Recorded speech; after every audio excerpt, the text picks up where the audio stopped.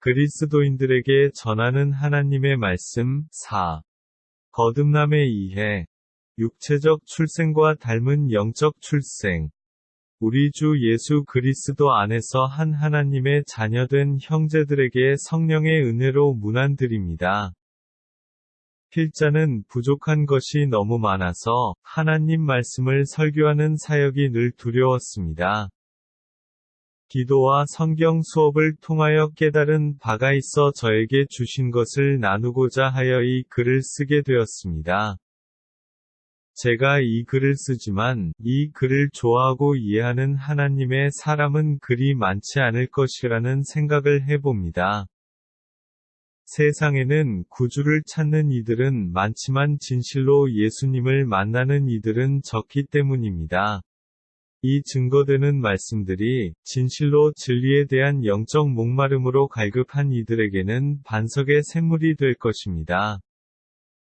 영의 사람은 영의 말씀에 배부름을 얻고 육의 사람은 육신의 것에 필요를 구합니다. 사람이 무엇에 배고픔을 느끼는가 하는 것은 그가 어디에 속한 사람인가 하는 것을 나타냅니다. 진리를 찾는 사람은 이 글을 보고 기쁠 것입니다. 그 안에 있는 성령이 그리할 것입니다. 제가 증거하는 이 말씀이 기쁨이 되신다면 동일한 믿음의 형제들에게 전하여 나누어 주세요. 주님의 은혜가 풍성할 것입니다. 인간의 육체적 출생과 영적 출생은 닮았다. 창조자 하나님은 한 흙으로 당신의 모양과 형상을 따라 인간을 만드셨다. 그 이름은 아담이다. 하나님은 그 남자에게서 갈비뼈 하나를 취하여 한 여자를 만드셨는데 그 이름은 하와이다. 그리고 그 두 사람이 동침하여 자식을 낳게 하셨다. 이 기록에는 영혼 구원의 큰 비밀 담겨져 있다. 사람이 아버지와 어머니에 의하여 이 땅에 육신의 몸을 입고 태어난다. 이와 같이 육신의 사람이 하나님의 성령으로 다시 태어나는 것이 구원이다. 육신으로 난 것은 육이며 영으로 난 것은 영이다. 세례 요한은 마태복음 3장 9절과 누가복음 3장 8절에서 자신들은 하나님의 은총 받은 아브라함의 자손이라는 긍지로 살아가는 유대인들을 향하여 말했다. 속으로. 아브라함이 우리 조상이라고 생각하지 말라. 내가 너희에게 이르노니 하나님이 능히 이 돌들로도 아브라함의 자손이 되게 하시리라. 그러므로 육신의 혈통이 문제가 아니라 영적인 거듭남이 중요하다는 것을 강조하고 있다. 육신은 하나님을 기쁘시게 할 수 없다. 하나님은 영이시다. 그러므로 하나님의 성령으로 라야 하나님과 소통할 수 있다. 요한복음 3장에서 예수님은 니고데모에게 이르시되 진실로 진실로 내게 이르노니 사람이 거듭나지 아니하면 하나님의 나라를 볼 수 없느니라 고 하셨다. 이어서 말씀하시기를 진실로 진실로 내게 이르노니 사람이 물과 성령으로 나지 아니하면 하나님의 나라에 들어갈 수 없느니라 하시고 육으로 난 것은 육이요 영으로 난 것은 영이니 내가 내게 거듭나야 하겠다 하셨다. 육신으로 태어나서 사람이 되면 다시 영으로 태어남을 입어야 영적 존재가 된다는 것이다. 구원은 예수님의 성령으로 거듭나야 한다. 예수님은 니고데모에게 내가 내게 거듭나야 한다고 하셨다. 즉 예수님은 하나님이 친히 마리아에게 수태되어 태어나신 하나님의 아들이다.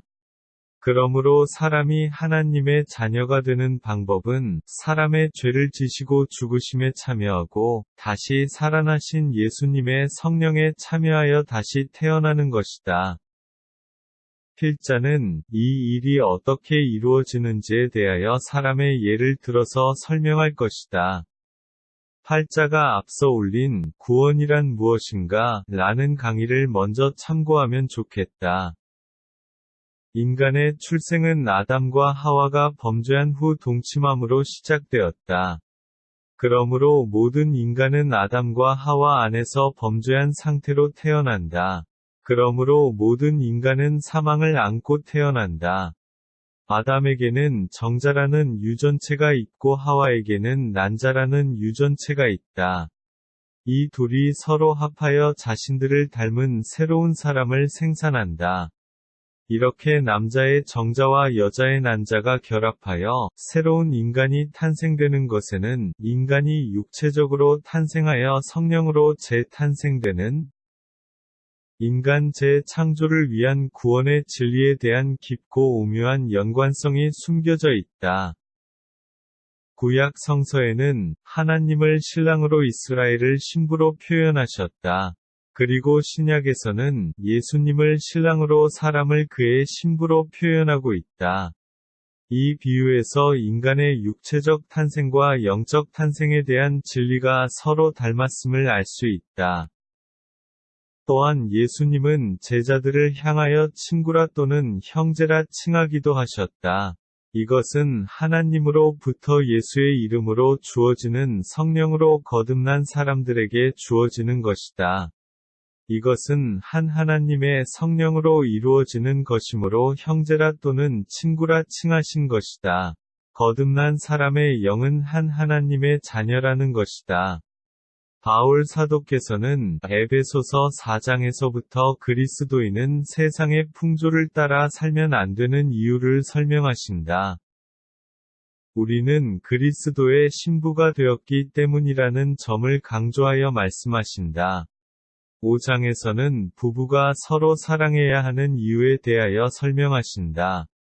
그런데 이 말씀에서 하나님이 남자와 여자로 사람을 지으시고 부부라는 제도를 통하여 새로운 사람을 생산해 내도록 만드신 것에는 놀라운 비밀이 담겨져 있다는 것을 강조하셨다. 놀랍게도 이 부부와 가정에 대한 교훈이 곧 그리스도의 교회에 대한 가르침이라고 말씀하셨다. 이 가르침의 표면적 교훈은 이러하다. 그리스도인은 세상 사람들처럼 난잡한 성생활을 해서는 안 된다는 것이다. 그러나 영적 의미의 가르침은 이러하다. 크리스천은 그리스도의 신부이기에 한 남편과 한 아내로서 정결한 삶을 살아야 한다는 것이다.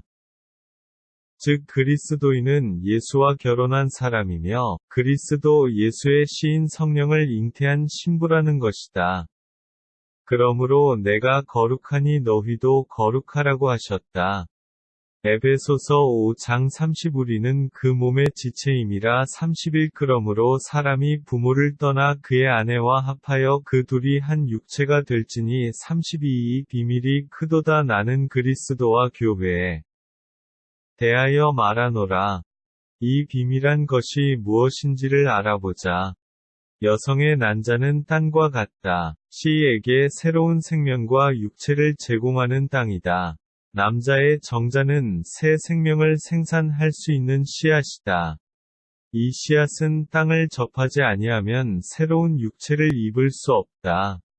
여성의 난자는 살아있으나 실상은 살아있는 것이 아니다. 난자 스스로에게는 생명이 없기 때문이다. 이 난자의 정자가 수태되면 새 생명이 잉태되고 자라나서 새 사람으로 출생된다. 육체의 사람이 성령으로 거듭나는 방법도 이와 동일하다. 첫 사람은 땅에서 났으니 땅에 속하였다. 더구나 사단의 속임수에 넘어가 하나님께 범죄하여 사망에 이른 인간은 살았으나 죽은 것이나 다름없다.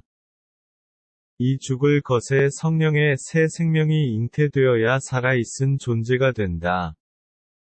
이 새 생명은 하나님으로부터 그 아들의 영으로 오는 것이니 이 아들의 영을 받아 거듭난 사람은 그 신분이 변하여 하나님의 아들이 되며 하늘에 속한 자가 되는 것이다.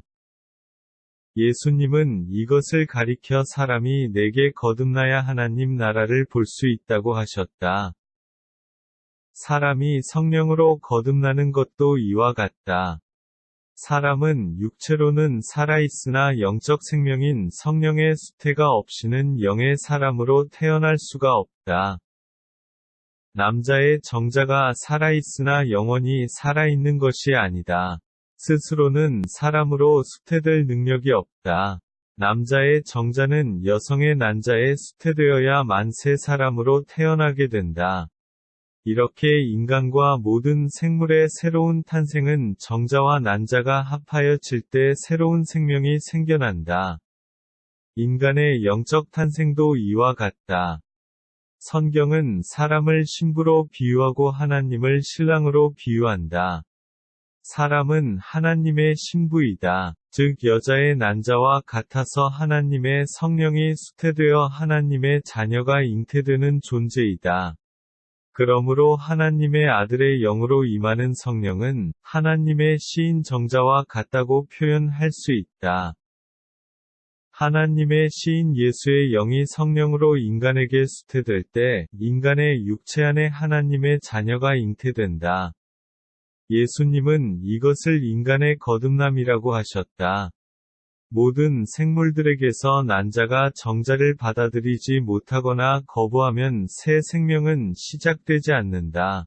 이와 같이 사람이 하나님의 성령을 거부하면 거듭남에 이를 수 없다.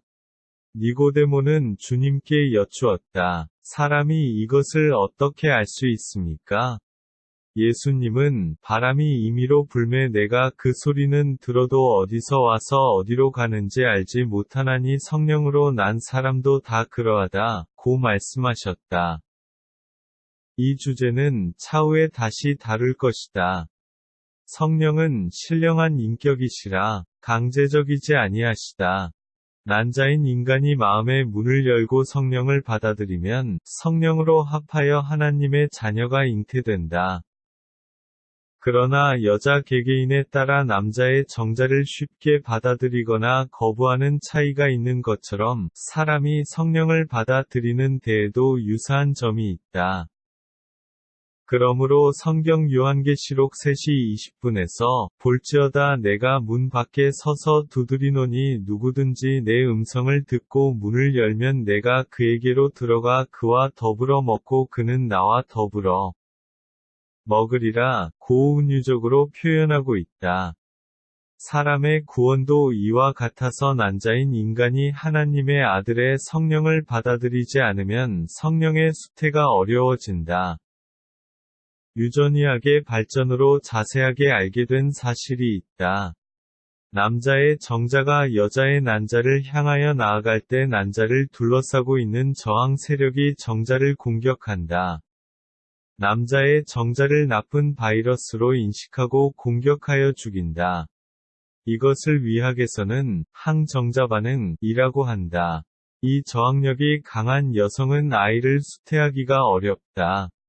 이와 같이 성령이 마음의 문을 두드릴 때 문을 열면 성령은 임재하신다. 난자에게 정자가 수태되지 않으면 난자는 저절로 죽는다. 이것이 난자의 사망이다. 이것이 여성의 월경인데 인간으로 만들어질 육체가 생명의 씨를 받지 못함으로써 죽은 것이다. 그러므로 성경은 여성의 월경은 부정하다고 표현한다. 생명을 수태하지 못하여 죽었기 때문이다. 그러므로 율법은 월경 중인 여성은 생명의 상징인 성전에 출입할 수가 없게 하였다. 그러나 여성이 월경이 끝나고 전결의식이 끝나면 다시 성전에 나갈 수가 있다. 이때는 새 생명을 잉태할 준비가 되었기 때문이다. 이와 같이 인간에게 하나님의 성령이 수태되지 않으면 인간에게 하나님의 생명은 시작되지 않으며 수태되지 않는다. 그러므로 인간은 죽음에 이른다. 이것이 인간의 두 번째 사망이다. 이 두 번째 사망이라는 것은 성령으로 수태되어 거듭나지 못한 상태를 말하며 사단과 그 무리들을 위한 지옥에서 영원한 형벌에 처해지는 것을 말한다. 이 두 번째 사망과 영생에 대한 주제는 추후에 다루어 보겠다. 말씀을 정리해보자. 인간의 육체의 탄생 과정과 영적인 탄생의 과정을 서로 닮았다. 그러므로 하나님은 창조의 말씀으로 돌들에게 사람이 되라 하시지 아니하시고 아담을 지으시고 그의 갈비뼈로 하와를 지으시고 둘이 합하여 가정을 이루게 하시고 서로 사랑하여 자녀를 생산하게 하셨다. 이것은 사람으로 하여금 사람이 또 다른 자손을 태어나게 하는 과정을 경험하게 함으로 인하여 하나님이 사람을 통하여 당신의 자녀들을 생산하시는 비밀한 것을 알게 하시기를 원하셨다. 그러므로 이 진리의 말씀을 듣고 깨달음이 있다면 우리가 그리스도를 믿는 믿음으로 말미암아 하나님의 자녀가 되었음을 알고 아담 안에서 받은 불신과 거역으로 육체의 소욕을 따라 살아서는 안 된다. 이제는 오직 거듭난 예수의 성령의 소욕을 따라 예수의 형상과 하나님의 형상이 이루기를 기도하여야 한다. 이러한 성령의 욕구가 없다면 그리스도의 성령이 계시지 아니한다. 즉 그리스도 예수의 성령으로 거듭난 사람이 아니다.